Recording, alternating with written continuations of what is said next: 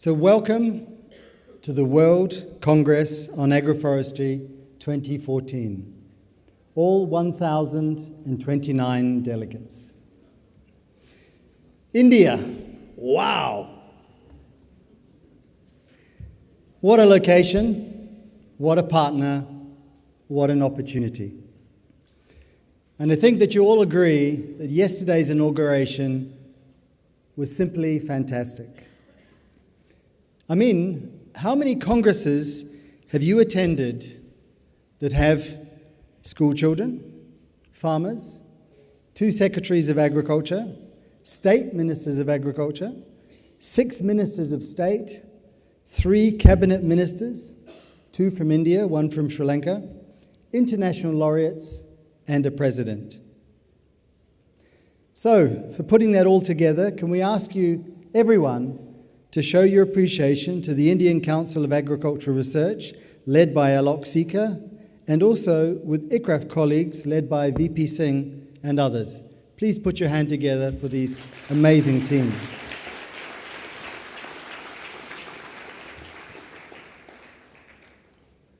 Now, although officially this is the World Congress on Agroforestry, in another way, it is not.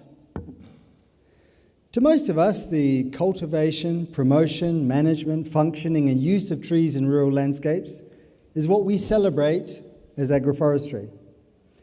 But to the rest of the world, the word is unfamiliar. Thus, our 2 key aims of this Congress are not only to raise the awareness, the appreciation, and investment in agroforestry science, but also to engage with the political, business, and development spheres to enable us to re-articulate our agroforestry vocabulary into topics of key interest to them. And these are important topics, which include supply chain risks, community empowerment, land tenure and resource rights, climate change adaptation, value chain development, sustainable landscape management, progressive policies and incentives, gender equity, environmental stewardship, energy security, and balanced nutrition. Now, from this list of topics, it is likely that gender is where we need to pay much more attention going forward. I mean, just look at the room at how gender unbalanced we are,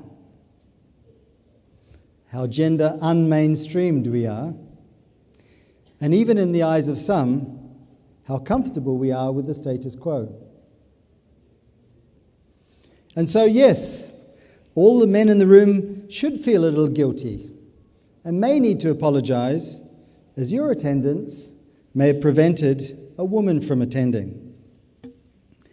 We also need to look at the gender dimension of our research and development work. How do different agroforestry practices and benefits affect women farmers, women traders, women forest dwellers, women suppliers, female consumers, and female leaders preferentially, or even, sadly, in a negative way? From the 186 oral presentations in the Congress, we only have 6 papers, or 3%, that mention anything about gender in the title. And this needs to change. And so we hope that the gender session, 4.2, in the turquoise room this afternoon is absolutely packed to the roof. And so now let us come to the first topic of the event here at the Kempinski, and that is the role of business in agroforestry. Yes, the mysterious private sector. Now, these are the folks who want to make money, make a profit for their companies, for themselves, and occasionally also for the small-scale farmer. But we need to remind ourselves that those small-scale farmers are themselves the private sector. But how many smallholder farmers have a business plan, have sufficient capital, keep a risk register, have access to credit, or maintain good records? Now, we know that 90% of small businesses fail in their first year of startup. So will smallholder farmers be any different if we push them to being business people? What safety nets, what diversification strategies, what support platforms do they have? And what is that business case for agroforestry? It's an absolute delight to introduce our keynote speaker this morning, Dr. Howard Shapiro, the renowned chief agricultural guru from Mars Incorporated.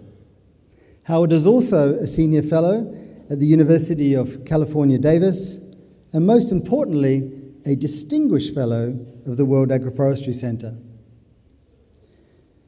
Although he is the owner of only one necktie, he is the owner of numerous awards, scientific citations, and board roles. It is hard to single out any individual scientific achievement for Howard, as the list is so long to choose from. But surely the amazing effort to unravel the cocoa genome and the recent establishment of the African Crops Consortium rank amongst the top. Howard is passionate about three things in his life: his wife Nancy, plant science, and motorcycles, although not necessarily in that order. Ladies and gentlemen, please welcome Dr. Howard Shapiro.